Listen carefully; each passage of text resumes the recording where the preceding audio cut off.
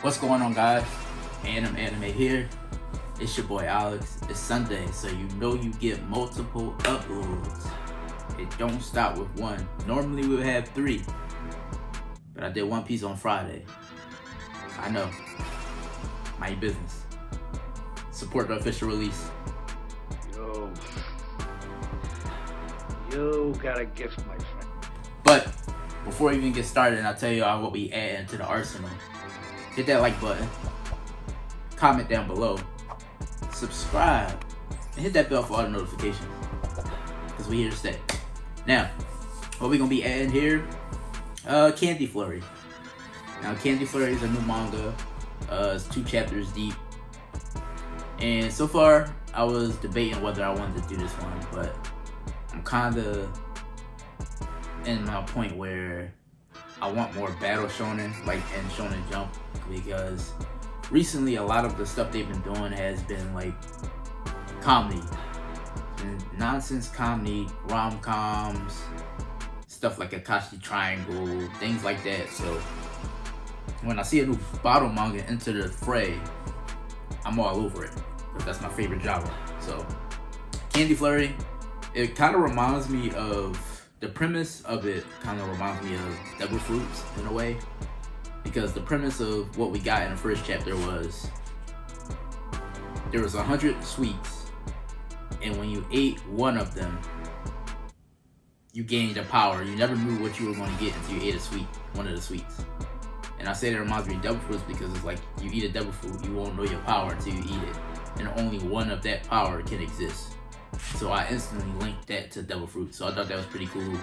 I enjoy sweets, so far what we've seen between the 2 chapters, we've seen a donut user, which instantly takes my mind to Katakuri, of course, the GOAT, the legend.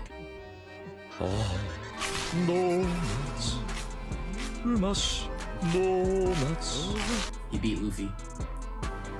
And the other one we've seen, which is our main protagonist, Tsumugi, which is automatically a win for me, because the more female protagonists in Jump, the better.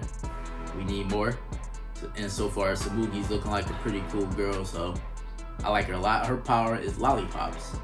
Now, and that comes with a caveat. We learned in the first chapter that unfortunately Tokyo was destroyed by a lollipop user.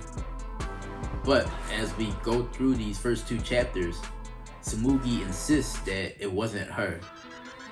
And like I said earlier, there only could be one of each power. So whatever is going on there, whether it's like a split personality type thing, somebody else actually did indeed do it and they have the same power for some reason, we don't know. But right now, everybody is afraid of the lollipop user.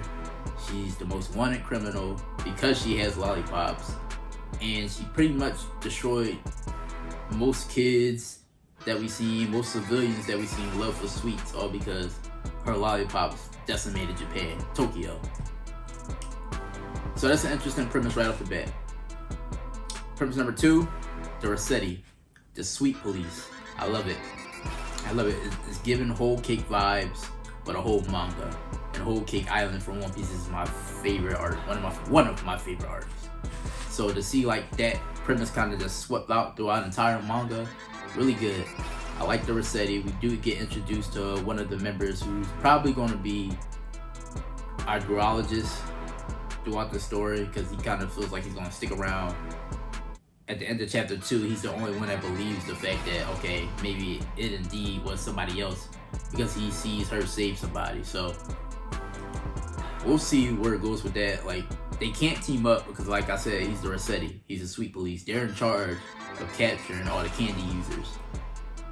So how that's going to connect, who knows? Because I feel like they can't clear her name right off the bat. She allegedly destroyed an entire country. So how those 2 work together without the Rossetti being on him, it's going to be an interesting concept. Chapter 2, we did see some more combat. We saw a macaron user. Love macarons. If you haven't tried them, check them out. Go to a bakery. Dude turns his macaron into a whole gaping mouth, almost tried to chop off a kid's head, but Tsumugi saved himself. Now, she seems to be kind of overpowered in comparison to her peers. So I can see why, if it indeed is another Lollipop user, why the Lollipops destroyed Tokyo. Because she one-shotted the guy with the donuts. Even when he transformed, she one-shotted him. And then the Macaron user, he got back up, but I feel like she still would have won. Like, the Sweet Police saved her, but we'll see what goes on with that. I feel like it's just like that now. She seems a little overpowered now because it's the second chapter. So that's usually how it goes with the main protagonists, if they already have powers. So we'll see where we go from here. I'll stick around for a while. If I'm not liking it and if you guys aren't liking it, you know how this channel works. We'll drop up a hat just like we did Promised Neverland because we didn't enjoy it. Well, I'll record something if you don't enjoy it, right? But that's my Candy Flurry chapter review. That was 1 and 2. Check it out. Definitely check it out. I enjoy the art. The art is pretty good. I enjoy the premise. I kind of wish it was in color. This is one of those things where I really appreciate webtoons for being in color. I feel like this will really shine in color, so hopefully it lasts long enough to get an anime. But like, comment, subscribe, hit that bell for all the notifications. It's about to be a busy week. Bunch of cosplay videos coming.